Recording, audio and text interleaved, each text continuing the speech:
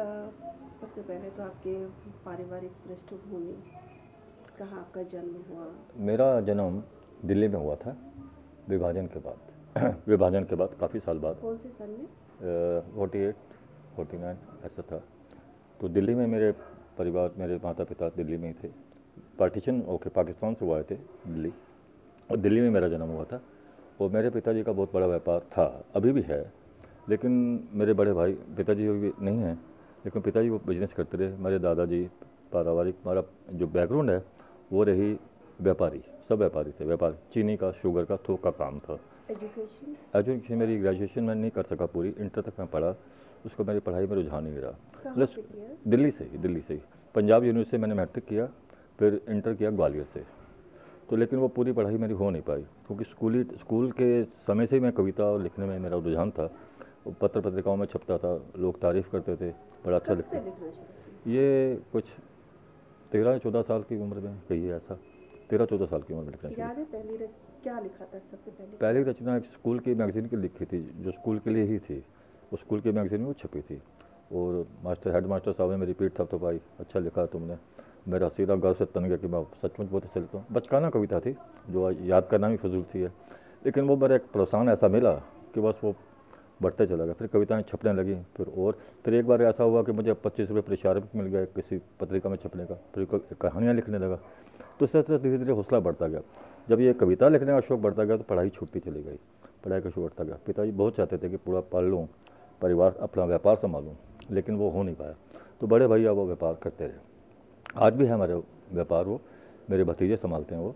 लेकिन मेरा तो फिर मैं उसके बाद जब मेरी 21 या इस मोड़ पर दो रास्ते होते हैं। ये जैसे आपने लिखना शुरू किया, दो ट्रैक थे, एक या तो आप साहित्य जगत में सक्रिय हो जाते हैं, और दूसरा ट्रैक ये था कि आप हिंदी सिनेमा की तरफ मुड़ गए। हिंदी सिनेमा की तरफ ट्रैक कैसे मुड़ा? मैं यूँ बताऊँ कि हिंदी सिनेमा शुरू से फिल्मी गीत काफ़ी लुभाते थे मुझे, है ना। और उसमें क्या था, मुझे अपनी अभिव्यक्ति करने का मुझे ज़रिया ज़्यादा नज़र आया कि मैं कह सकूँ अपनी बात। क्या होता था, जैसे मैं कोई गीत सुनता था साहिर लुधियानवी साहब का या शैलेंद्र जी का, तो लगता था जैसे अगर इसी सिचुएशन पर मैं कोई गीत लिखूँ, जैसे विरह गीत है या हास्य गीत है या मिलन गीत है, कोई किसी त्यौहार का फेस्टिवल गीत, अगर इस सिचुएशन पर मैंने लिखा होता तो कैसे लिखता। तो उस गीत को सुनकर फिर मैं अपने तरह से उसको लिखता था। तो धीरे धीरे इस तरह मेरा शौक़ फिल्म की ओर ज़्यादा बढ़ा। इसमें यूँ कह सकती हैं आप कि इसमें मेरी खुदगर्जी ये रही कि नेम फेम चाहिए था मुझे, और साहित्य में इतना नेम फेम जल्दी मिलता नहीं है, उसके लिए आपको एक काफ़ी सीमा लांघनी होती है, जो कि मुझ में काबिलियत योग्यता थी ही नहीं। फिल्म का रास्ता थोड़ा आसान लगा, लेकिन लगा था। उसके बाद तो काफ़ी मुश्किल था, कठिन संघर्ष करना पड़ा मुझे। यानी देखिए, मुझे बम्बई में सिर्फ 42 ईयर्स हो गए। मैं 19 या 20 साल की उम्र में बम्बई आया था, और आज मुझे बम्बई की ये फैसला कर लिया कि अब मुझे बम्बई जाना है, और मुंबई में ही मुझे गीतकार बनना है। जी। और फिर मैं साहिर लुधियानवी साहब से बहुत ज़्यादा प्रभावित था। उनसे दिल्ली में जब वो आते थे मैं उनसे मिलता था, यहाँ बम्बई में मैं उनसे मिलता था, उनको अपनी रचनाएं दिखाता था। मेरी पीठ ठोकते थे, दबाते थे, अच्छा बेटा अच्छा लिखते और अच्छा लिखो। तो जो रचनाएं लिखता उनसे मैं दिखाता भी था। फिर मेरा जब गीत रिकॉर्ड हुआ पहला, लता जी की आवाज़ में, कौन सा गाना? लता, सांझ भईगा राजा रे पिया। और मेरे को यूट्यूब पे अगर आप देखेंगे तो आपको गीत मिल जाएगा। फिर उषा मंगेशकर जी ने मेरे प्राइवेट HME के गाए। फिर सलील चौधरी साहब ने मुझे ब्रेक दिया, मन्ना दा ने गाया गाना संदेश पिक्चर का। तो फिर थोड़ी सी हिम्मत आ गई, अब मैं संघर्ष कर सकता हूँ। तो धीरे धीरे मुझे फिल्में मिलने लगी। फिल्में मैंने कोई 27-28 फिल्में लिख डाली। फिर वो पटकथा, फिर मैं विविध भारती पर हवा महल में नाटक लिखता रहा। हवा महल में नाटक मैंने 100 से ज़्यादा लिखे, तो वहाँ से मेरा और हौसला बढ़ गया। फिर फिल्म मुझे मिल गई स्क्रीन प्ले डायलॉग लिखने के लिए, तो उस तरफ मैं बढ़ने लगा। फिर फिल्म अंकुश जब मुझे मिली 84-85 में, उससे पहले मुझे राजश्री की फिल्म सावन को आने दो, जिसमें मेरा गीत था चांद जैसे तेरे बिन सुना मेरे मन का मंदिर आ रे। फिर चांद जैसे मुखड़े बिंदिया सितारा, ये एक अधूरा गीत था जो मैंने पूरा किया राजश्री फिल्म का। फिर उसके बाद भगवान ने मुझे इतना दिया, उसके बाद फिर मुझे गीत मिला रफ्तार पिक्चर का, जो मैंने लिखा, संसार एक नदिया दुख सुख दो किनारे हैं, ना जाने कहाँ जाए बहते धारे हैं।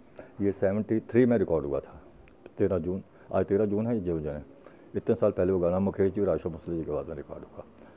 वो गीत हिट हो गया। फिर 84 में मुझे, उसके बीच फिल्में मिलती रहीं, कल्याण जी गई, उसके साथ सीटिंग चलती रही, काम चलता रहा। 84 में फिल्म मुझे मिली अंकुश, एन चंद्रा की, नाना पाटेकर। उसमें ये प्रेयर लिखने का मौका, गीत पूरे मेरे थे पूरी फिल्म में। उसमें ये इतनी शक्ति हमें तेरा दाता, मन का विश्वास कमज़ोर होना, हम चलें नेक रास्ते पे हमसे भूल कर।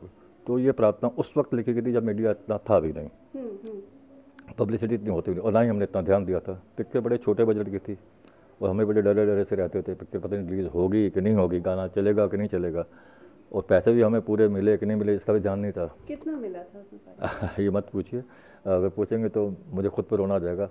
उसके पैसे मुझे आज तक नहीं मिले उस गीत के, बाकी गीतों के मिल गए, उस गीत के नहीं मिले। जो आज तक मेरी डिमांड है इन चंद्रा से और प्रोड्यूसर से, मुझे अभी उसके तक। बाद मुलाकात हुई है चंद्रा? हाँ मिला, मुलाकात, मेरे अच्छे दोस्त हैं, ऐसी बात नहीं यार, वो नहीं है ऐसा। आप पालम भी नहीं देते उनसे? कोई बात नहीं, होता है ना, उस वक्त स्थिति रही होगी ऐसी, नहीं दे सके उनको। पिक्चर जो बड़ी बड़ी मुश्किल से बनी थी, बड़े घर उनको बेचना पड़ा उन हालात में, उधार लेना पड़ा, ब्याज पे पैसे लेने पड़े, तो स्थिति हम समझते थे भाई नहीं दे पा रहे, तो हमने भी तकाजा नहीं किया, तो उसमें शिकायत भी नहीं है, हमने दोहराया भी नहीं कभी इस बात को। लेकिन उसका नतीजा ये हुआ कि उन्होंने हमें कभी रिपीट भी नहीं किया। उसके बाद तेज़ाब बनाई उन्होंने और फिल्में बनाई, हमें रिपीट नहीं किया, तो कोई बात नहीं, हमने ये भी शिकवा नहीं किया। लेकिन उसका ये हुआ मैडम कि उसका जो बाहर से मुझे रिस्पांस मिला बहुत अच्छा मिला। यानी 86-87 में मुझे ज्ञानी जैल सिंह जी ने कला श्री अवार्ड दिया इसी गीत का, दिल्ली में बुलाकर। मेरी माँ, मेरे पिता सब दिल्ली में थे, आए हुआ फंक्शन में, तब मेरी आंखों में आंसू आ गए थे। तो 87 गीतों के सफर से शुरू हुई थी और एक पूरी यात्रा आपने हमें बता दी जी। जिस वक्त मुंबई पहुंचे थे आप, उस वक्त का बम्बई जब पहुंचे थे आप, तो गीतकारों के लिए कैसी परिस्थितियां थी? गीतकारों को देखिए हर युग की अपनी एक पहचान है, हर समय की अपनी एक पहचान होती है। उस वक्त भी घेराबंदी थी, अपना अपना एक ग्रुप था और अपने अपने एक खेमे बने होते थे कि नए को नहीं आने देना, लेकिन नया आता है वो पुराना वही हो जाता है। आनंद बख्शी साहब भी कभी नए थे, साहिद साहब भी कभी नए थे, लेकिन क्या होता है फिर आपका काम बोलता है, फिर आपका सर्कल एक बनता चला जाता है, आप उसको छोटे पे पूरा उतरते हैं कि नहीं। एक प्रोड्यूसर ने जैसे मुझे बुलाया कि आपका वो गीत सुना था, संसार एक नदिया, दुख सुख दो किनारे हैं, ऐसे गीत लिख दीजिए। या जैसे मेरा एक गीत है ये, इतनी शक्ति हमें न दाता मन का विश्वास। अब आप ये विश्वास नहीं करेंगे कि मुझे इस गीत के लिए कितने प्रोड्यूसर ने बुलाया कि ऐसे ही हमें भजन चाहिए। मैं आपको एक मिसाल देता हूँ, एक फिल्म आई थी हलचल 10-12-15 साल पहले, उसमें अन्नू मलिक का म्यूज़िक था, अजय देवगन थे, काजोल थी, विनोद खन्ना थे और अनीस बज़मी डायरेक्टर थे। मुझे ख़ास अनीस बज़मी ने बुलाया कि हमको ऐसा ही भजन लिखना है आपको फिल्म के लिए। ठीक है, तो मैंने कहा ऐसा तो नहीं हो पाएगा, इससे अच्छा होगा या इससे कम होगा, ऐसा तो हो ही गया, एक बार तो हो गया ना वो तो। अब वो मैंने वो गीत लिखा, वो गीत बड़े अच्छे स्केल पे रिकॉर्ड भी हुआ। जैसे कि मैंने कहा कि उस गीत के तो मुझे पैसे भी मिले अभी तक, इतनी शक्ति, लेकिन इस गीत की मुझे बड़ी अच्छी पेमेंट मिली, जो कहते हुए गर्व होता है कि हाँ मुझे इतनी पेमेंट मिली। और अच्छे सिंगर्स ने कहा ये जो इतनी शक्ति गाता है, ये जो गाना, वो नंगे सिंगर थे, नए सिंगर थे, इसमें थे सिंगर सोनू निगम, साधना सरगम। कौन सा भजन था ये? जी, कौन सा भजन था ये रिलीज हुआ? हलचल, हलचल फिल्म हाँ, थी। ये भजन कौन सा था? बंदों पे अपने याद आता इतना तू उपकार कर। कोर्स थे 20, बड़े अच्छे म्यूजिशियन, 40-60 म्यूजिशियन में एल्बम में रिकॉर्डिंग हुई थी। और ये इतनी शक्ति दाता तो पता नहीं था कब रिकॉर्ड हुआ, हालांकि मेरी मैसेज भी वहाँ साथ तो में। फिर इसको ऐसे समझना चाहिए कि हर रचना, हर नज्म जो है वो अपने साथ वो कितने आगे तक जाएगा, वो ऊर्जा भी लेकर के। बिल्कुल बिल्कुल बिल्कुल। एक क्या ही होता है, रचनाकार ने लिखा, हाँ लेकिन हाँ उसे हाँ खुद हाँ पता बिल्कुल, नहीं होता। हाँ पता नहीं होता उस वक्त, तो मुझे भी नहीं पता था ये गाना जो है इतनी इसके पीछे देखिए, मैं आपको इतनी शक्ति देना हमें बताता है, इस प्रार्थना के पीछे एक बहुत बड़ी बात सुनाता हूँ आपको। क्या हुआ था, इस गीत के मैंने 2 गीत रिकॉर्ड हो गए थे, इसमें एक गीत और था, ऊपर वाला क्या मांगेगा हमसे कोई हिसाब, तो एक गीत और था आया मज़ा दिलदारा, वो भी रिकॉर्ड हो चुका था। अब ये प्रार्थना के लिए हम रोज़ बैठते थे, एन चंद्रा, मैं, नाना पाटेकर और प्रोड्यूसर म्यूजिक एक्टर। रोज़ाना मैं 5 से 10 मुखड़े लिखता था भजन के, रिजेक्ट कर देते थे, नहीं अच्छा नहीं अच्छा नहीं अच्छा। तो 1.5 महीना गुजर गया, अल्टीमेटली एक दिन मैं तंग आ गया, मैं कहा मुझे आपका ये काम नहीं करना, मुझे माफ़ कीजिएगा, किसी राइटर से लिखवाइए, मुझसे नहीं लिख पाएगा। तो मैं डायरी वारी छोड़ के निकल आया।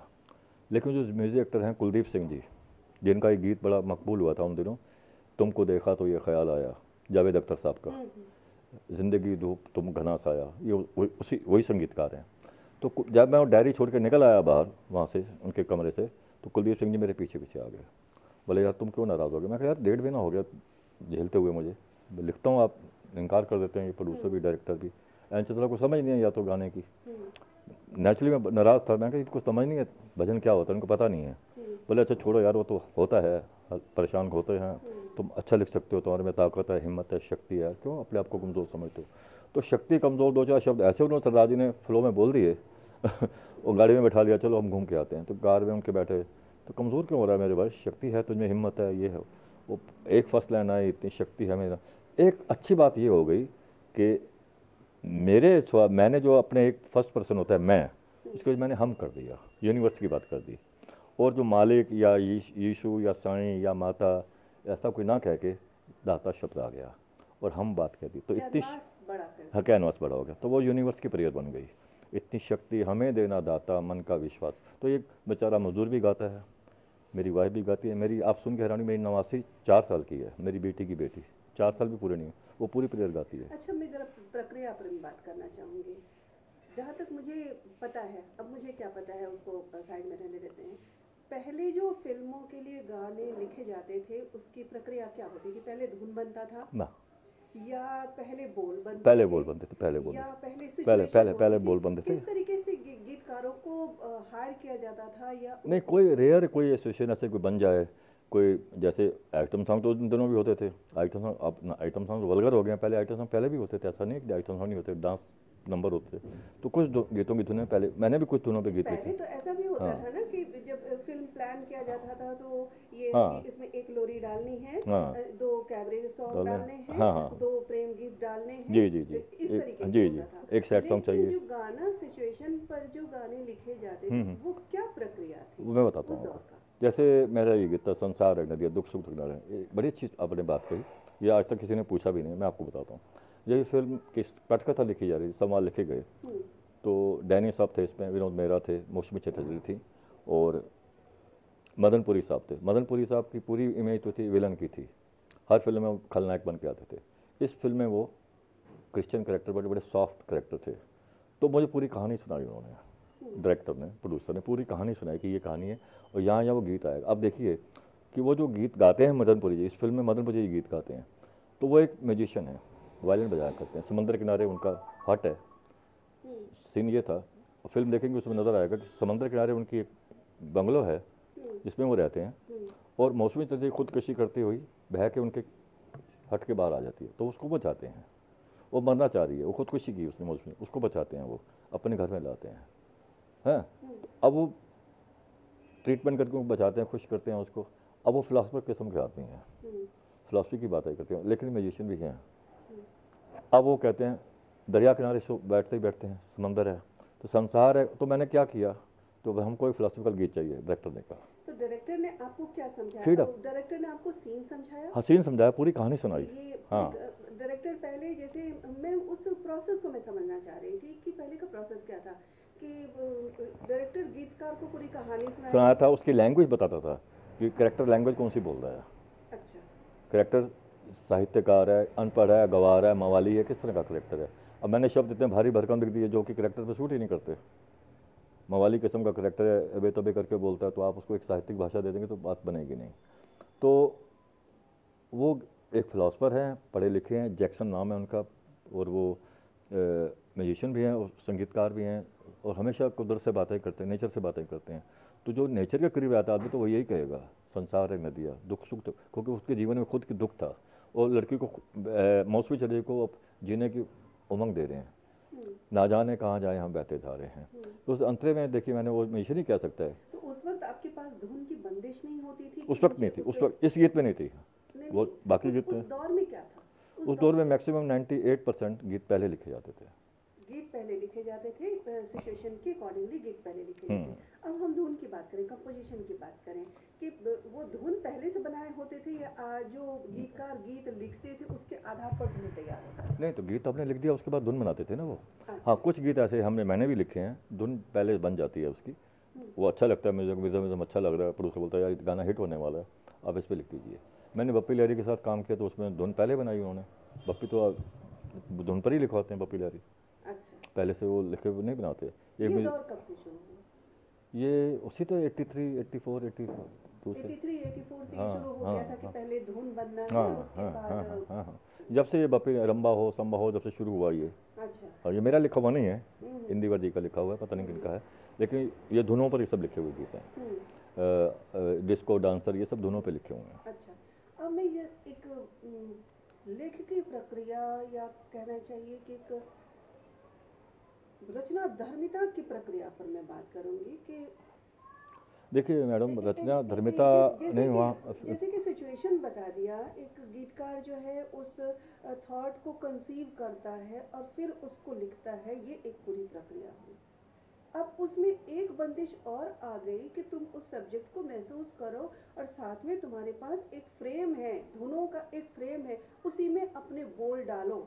तो वो वो चीज़ बड़ा मुश्किल हो जाता है, ये बड़ा मुश्किल हो जाता है। देखिए हर तरफ से कैद रहती है, हर तरफ की बंदिश। डायरेक्टर अपनी बात कहेगा कि हमें ये कहना है, और संगीतकार कहेगा मेरी धुन ख़राब ना हो जाए, आपको उसमें भी रहना है। आपको पूरी फिल्म की जो है एक ग्रामर है, पूरी फिल्म की एक हारमोनी है, पिक्चर की एक हारमोनी रहती है फिल्म की, तो वो ना भी ख़राब हो, तो गीतकार को सब झेलना ही पड़ता है। वो गीत उसी हिसाब में आना ही चाहिए। अच्छा, हमारे लिए प्रेरणा यही रहे साहिर लुधियानवी साहब, शैलेंद्र जी, ये प्रेरणा रहे, क्योंकि मैंने बताया शुरू में ही कि वो शुरू से पढ़ता था, सुनता, अगर इस चीज़ में मुझे लिखना पड़े तो, इस धुन पर अगर मुझे लिखना पड़े तो ये मैं अपना इम्तिहान खुद लेता रहा बचपन से, शुरू से ही, तो मुझे ज़्यादा दिक्कत नहीं आई। मैंने बप्पी के साथ भी काम किया, दोनों पर भी लिखा। उसी फिल्म में रफ्तार में मेरा गीत और था जो नारी पर था, नारी जीवन भी क्या जीवन, हर जुल्म सहे खामोश रहे, ये भी मैंने पहले ही लिखा था। इतनी शक्ति दाता मैंने पहले लिखा। मेरे कई गीत ऐसे हैं जो मेरे गाने इस वक्त 1200-1300 रिकॉर्ड हो चुके हैं, और हर सिंगर ने गाया। अभी तक आपने हिंदी सिनेमा को कितने गाने दिए हैं? 1200 से ज़्यादा हो गए हैं, 1200 से ज़्यादा हो गए हैं। ज़्यादा हो गए। और सिंगर्स लता जी से लेकर सब सिंगर गा चुके हैं, सिर्फ किशोर दास नहीं गा पाए, बाकी सब, सोनू निगम, कुमार शानू, अलका याग्निक, कविता, और जितने, साधना सरगम, मोहम्मद अजीज़। तो इससे आपको नहीं लगता ये जो गाना लिखवाने की जो ये प्रक्रिया में जो उसको ज़्यादा एडवांस बनाने के लिए, या संगीतकारों के बढ़ते हुए कद की वजह से ये तब्दीली आई, मुझे ऐसा लगता जी है जी, नहीं आज क्या डिमांड ऐसी हो गई फास्ट फूड जैसी, फिर वही बात, हाँ। सवाल वही तो हो गया। उसमें लेखन में वो बात तो नहीं है, नहीं है, नहीं है, नहीं है। वो डेप्थ लेख की ग्रामर रहती नहीं ना आज के गानों में, तो ग्रामर ही नहीं रहती। अभी मैं आपको आप क्या क्या बता रहा हूँ, फिर उसी आप ही को फिर तुम कह रहा हूँ, तू कह रहा हूँ, उसी गीत में आपको आप कह रहा हूँ, फिर तुम कह रहा हूँ, फिर तू भी कह रहा हूँ, तो ग्रामर कहाँ रही। लेकिन मेरी कोशिश ये रहती है, मेरी तकलीफ़ ये रहती है कि मैं उस बात में कैद में रहूँ। फिर मजबूरी ये रहती है कि जब भाई हमें पसंद है, आपको क्या तकलीफ, आप पैसे लिए जाइए घर, तो रचना धर्मिता तो ख़त्म हो गई ना आपकी, तो अपना धर्म तो पालन हमने कर ही नहीं पाए। क्योंकि बाज़ार में जब आए हैं आप, तो आपको वही बेचना है जो लोग मांगते हैं, जो उनकी रिक्वायरमेंट है, उसकी आपको पेमेंट हो रही है, और पेमेंट हो रही है, मेरा घर चलता है, मुझे सर्वाइव करना है, तो मुझे लिखना। व्यावसायिक लेखन नेचुरली वो तो कहूँगा ना मैं, व्यावसायिक वो आए तो व्यवसाय तो हो गया, कोई मैं साहित्यकार थोड़ी बनने आया था। या मैंने शुरू में कहा साहित्यकार बनने नहीं आया था मैं तो खुद को बेचने आया था। वो बेचा मैंने खुद, तो खूब बेचा, कभी रो कर, कभी हंस कर, कभी गिड़गिड़ा कर, कभी गुस्से में, बेचना ही पड़ा खुद को। इस बेचने पर कभी अफसोस हुआ? नहीं तो खुशी खुशी से बेचने, देखिए ना, एक तवायफ है बाज़ार में आ बैठती है, तो उसको क्यों रोना होगा। एक नाचने वाली है, गाने वाली है, अपनी खुशी से आई है। मैं भी अपनी खुशी से आया, तो मुझे किसी ने बंदिश, मेरे फादर तो कहते थे चले गए लेकिन तो। इस सफर में जब वो कुंठा का दौर शुरू हो गया, कुंठा तो होती है। तो उस कुंठा के दौर में आपको कभी ये नहीं लगा कि अगर आप साहित्यकार होते तो ज़्यादा बेहतर होता? ना ना ना ना, मैं साहित्यकार तो बन ही नहीं सकता ना। साहित्यकार तो बन, देखिए मैडम जी, साहित्यकार के इस देश में है क्या, साहित्यकार का इस देश में है क्या, कुछ नहीं है। साहित्यकार का मरणोपरांत स्वर्ण पदक दे देंगे, 90 साल की उम्र में पद्म भूषण दे देंगे, उसका इस्तेमाल नहीं हुआ। साहित्यकार का क्या है इस देश में, तो साहित्यकार का कुछ नहीं है। नाम बड़ा है, ठीक है, नाम बड़े, नाम को मैं क्या करेंगे। देखिए अच्छे अच्छे गीतकार, अच्छे अच्छे नाम, नीरज जी, गोपाल दास नीरज जी, वो बम्बई में आके उन्होंने 120 के करीब गाने लिखे हैं, और सब गाने अच्छे लिखे हैं, अच्छे स्टैंडर्ड के गीत लिखे हैं उन्होंने, वो भी वापस चले गए। नहीं मेरे काम की ये दुनिया नहीं है, मेरा ये इस दुनिया में मैं फिट नहीं बैठता, चले गए वापस। अच्छे अच्छे गीतकार वापस चले गए, बाल कवि बैरागी, तो इतने आपको अच्छे। ये लगता है कि जो इस देश में कम से कम जो साहित्य की पृष्ठभूमि है वो साहित्यकारों के अनुकूल नहीं है? नहीं है ना मैडम जी, देखिए साहित्यकारों की कृतियों वगैरह फिल्में बनी हैं, फ्लॉप हो गई हैं। तीसरा कसम शेंद्र जी को ले डूबी, मर गए बेचारे इसी चक्कर में। तीसरी कसम बनाई उन्हें फलीश्वर रेणु जी के नावल पर, क्या मिला उनको। जीवन से हाथ धोना पड़ा उन्हें। और कुछ कृतियाँ बनी, गोदान मुंशी प्रेमचंद की, तो क्या हुआ उसका आशिर, वो कहीं पता नहीं है। कागज़ के फूल बनाई गुरुदत्त जी ने, एक अच्छी कृति थी वो, क्या मिला, फिल्म फ्लॉप थी, उनको भी खुदकुशी करनी पड़ गई। तो साहित्यकार है कहाँ इसमें नहीं है। ख्वाजा अहमद अब्बास साहब अच्छे साहित्यकार थे, बिलिट्स में उनका कॉलम छपता था, आज़ाद कलम। तो फिर तो ये जो आज इंस्टेंट बर्गर जैसा या इंस्टेंट फास्ट फूड जैसा जो जी दौर शुरू हुआ है जी लेखन के लिए, संगीत के लिए, जी जी तब तो उसको कहना चाहिए कि रचनाकारों के लिए स्वर्ण युग है, जिससे कि बहुत कम मेहनत करके बहुत ज़्यादा पैसे कमा रहे हैं। बिल्कुल, अब ये नहीं कहा है, ठीक बात करिए, बिल्कुल ठीक कह रहे हैं, बिल्कुल ठीक कह रही हैं आप, बिल्कुल ठीक कह रहे हैं। मैं नाम किसी राइटर का या किसी संगीतकार का नहीं लूँगा। बिल्कुल संगीत के प्रति उनका ना लगाव है, ना झुकाव है, ना समर्पण भाव है, कुछ नहीं है उनका। मेरी बात समझिए ना, ना लगाव, ना झुकाव, ना समर्पण भाव, कुछ नहीं है संगीत। पैसा कब कहाँ धुन कहाँ से चुरानी है, कहाँ देना है, क्या देना है, आ रहा है, हिट है। और कई म्यूजिक डायरेक्टर तो केस भी हुए हैं और उन्होंने उसके बाद कहा हाँ किया कि हाँ मेरे को इतना, मैंने यहाँ से धुन चुराई है। कई गीतकारों पर केस हुए हैं, हाँ जी मैंने गीत चुराया है। तो वहाँ है, वहाँ पर आज के टाइम पीरियड में मैं अगर कहूँ कि सब हर युग में अच्छा नहीं होता, सब हर युग में ख़राब नहीं होता। सही बात है, सही बात है। आज के दौर में भी अगर जो अपना हिंदी सिनेमा है उसमें इकलौता ही सही, दो ही सही, कुछ तो रचनाकार होंगे जो वास्तव में लिख रहे होंगे। अगर लिख रहे होंगे मैडम जी, देखिए ना, मैं बताऊँ आपको, तो नहीं ऐसा सर्वाइव नहीं कर पा रहे होंगे। ऐसा कोई नाम आपके जहन में? नहीं, नाम तो मैं खैर किसी का नहीं लूँगा, क्योंकि सब मेरे मिलने वाले ही दोस्त यार ही हैं, मेरे सर्कल के ही हैं। और जिस पोस्ट में मैं हूँ, राइटर एसोसिएशन में बैठता हूँ मैं, फिल्म राइटर एसोसिएशन, हमारे कुछ 40-42 हज़ार मेंबर हैं, तो उनका मैं अगुवाई करता हूँ, तो मैं किसी का नाम नहीं ले सकूँगा। और साहित्यकार की जगह नहीं है। कुर्ता पजामा पहन के मर जाएंगे आप, 3 आदमी भी मैयत पे नहीं आएंगे आपके। फिल्म लाइन में ये है, फिल्म लाइन में साहित्यकारों के लिए जगह नहीं है। मैं इस चर्चा से अगर साहित्यकार की कोई कृति पे फिल्म बनेगी तो उसको ऐसा तोड़ मोड़ देंगे, ऐसा ख़राब कर देंगे कि जैसे किसी औरत को निर्वस्त्र कर दिया गया, ऐसा कर देंगे। साहित्यकार खुद को शर्मिंदा होगा कि मैंने क्या लिख दिया था। मैं बताया ख्वाजा अहमद साहब इतने अच्छे लेखक थे, जब जब उन्होंने राज कपूर साहब के लिए फिल्में लिखी, सब फिल्में हिट थी। आवारा, श्री 420, बरसात, ये सब फिल्में लिखते गए, हिट थी। जब उन्होंने अपनी कृति पर खुद फिल्में बनाई, सब फ्लॉप थी। कर्जे में मरे वो बेचारे, कर्जदार थे। जितनी फिल्म बनाई, 7 हिंदुस्तानी, आसमान महल, शहर और सपना, हिंदी सिनेमा में दाखिल होने के लिए, हिंदी सिनेमा में जगह बनाने के लिए साहित्य की कोई जरूरत नहीं है, साहित्य की जरूरत नहीं है। और नहीं आपका पूरे तरीके से प्रोफेशनल होना बहुत ही जरूरी है। आप कैसे दाव पेच खेल सकती हैं, आप कैसे दाव पेच कर सकते हैं, आप कैसे उस खेमे को तोड़ सकते हैं, आप कैसे सियासत। अभी भी एक आध गाने जो है वो बहुत ही अच्छे आए हैं। मसला प्रसून प्रसून परसून जी का नाम मैं लूँगा, सही बात है, बिल्कुल ठीक कह रही हैं। परसून जोशी बहुत अच्छा लिखते हैं, बहुत अच्छा लिखते हैं। जावेद अख्तर साहब बहुत अच्छा लिखते हैं। गुलजार साहब का अपना एक मकाम है, अपना एक फ्लेवर है। हालांकि मेरी समझ में आज तक उनकी पोइट्री नहीं है, लेकिन अच्छा लिखते हैं, बहुत अच्छा लिखते हैं। मेरे दिल्ली के पड़ोसी हैं, मेरे घर की दीवार उनके घर के साथ मिलती है। दिल्ली एक ही एरिया के रहने वाले, एक ही जगह के रहने वाले हैं। मेरे फादर उनके फादर के दोस्त थे, दोनों ही, दोनों लिबास भी एक जैसा था। सरदार जी वो थे, हम भी सरदार जी थे। तो खैर गुलजार साहब बहुत अच्छा लिखते हैं, परसून जोशी बहुत अच्छा लिखते हैं, बहुत अच्छा लिखते हैं। और आपका जावेद अख्तर साहब, ये 3 राइटर ऐसे हैं जो बहुत अच्छा लिखते हैं। भविष्य क्या देखते हैं? किनका, अपना या फिल्मों का? नहीं, फिल्म ठीक है। अब दोनों ही हिस्सों पर बात करते हैं। सबसे पहले हिंदी अब फ्यूचर क्या हुआ, अब तो हिंदी फिल्म में संगीत और गायकी के भविष्य के बारे में सबसे पहले चर्चा करें। गायक तो बड़े अच्छे अच्छे आ रहे हैं, देखिए ना, गायकी में तो बड़े कमाल हुए हैं। वो एक सिंगर ने गाया, पाकिस्तान का सिंगर था ना, मेरे दिल दिए बता दे तू, किस और चला है, क्या अच्छा उस लड़के ने गाया, क्या खूबसूरत गाया। बड़े अच्छे नए सिंगर इतने अच्छे अच्छे गा रहे हैं, तैयार होके आ रहे हैं जो अच्छा है। संगीत के मामले में लोग तैयार होके आ रहे हैं, आपके अच्छा है। भविष्य की क्या योजना है? मेरी मेरी भविष्य की, मैं लगा हूँ काम पर। मैंने अभी एक बड़ा काम किया है, जो अपना अपने बड़ा ही काम हो गया, कि मैंने सुंदरकांड लिखा है अपने शब्दों में। वाल्मीकि जी की सुंदरकांड पढ़ के, तुलसीदास की सुंदरकांड पढ़ के, उसको फिर मैंने अपने हिसाब से 6-8 महीने की मेहनत से लिखा दोबारा से, वो रिकॉर्ड हो गया। नहीं, दोहे चौपाई नहीं लिया मैंने, उसकी शक्ल में लिखा पूरे सुंदरकांड को। 1 घंटे का है वो, और अनूप जलोटा जी ने तो आपने छंद में ही लिखा होगा? नहीं, गीत की शक्ल में लिखा मैंने। हाँ, मैंने अपने ही बहर, अपना ही मीटर बनाया था, उसमें दोहे छंद मैंने लिखा। उसको अनूप जलोटा जी ने गा दिया है, हो गया, रिकॉर्ड हो गया वो। अभी लेटेस्ट अभी लिखा, पिछले महीने ही खत्म हुई रिकॉर्डिंग उसकी, 8-10 दिन लगे रिकॉर्डिंग। अनूप जलोटा जी ने गाया उससे। तो अपने तरह से मैं काम करता चला जा रहा हूँ। और ये आपकी निर्माणाधीन फिल्म जो है आदिवासियों पर, उसके बारे में? हाँ, नहीं, भोपाल जैसा आपने पूछा, भोपाल क्यों आता जाता हूँ, तो भोपाल मैंने बताया ना कि भोपाल, एक आर्टिकल मैंने किसी मैगजीन में पढ़ दिया था गोंड आदिवासियों पर, जो मंडला का मैंने नाम भी नहीं सुना था। तो पता चला भोपाल जाएंगे, वहाँ से जबलपुर, जबलपुर से रामपुर जाएंगे, वहाँ पर मंडला है, ऐसा ऐसा है। तो मैंने उस आदमी का जो करेक्टर है, हीरो है जो मेरी फिल्म का, उससे जाके मिला, उसकी वाइफ से मिला। एक ये प्रथा है दावा बूंदा, तो हमारे यहाँ जिसको डाइवर्स बोलते हैं, तलाक बोलते हैं जिसको, शहर में क्या दिक्कतें आती हैं पति पत्नी में तलाक लेने में, और वो लोगों में क्या प्रथा हो, किस तरह सहज रूप से उसको लेते हैं वो, कोई झगड़ा नहीं, कोई फसाद नहीं।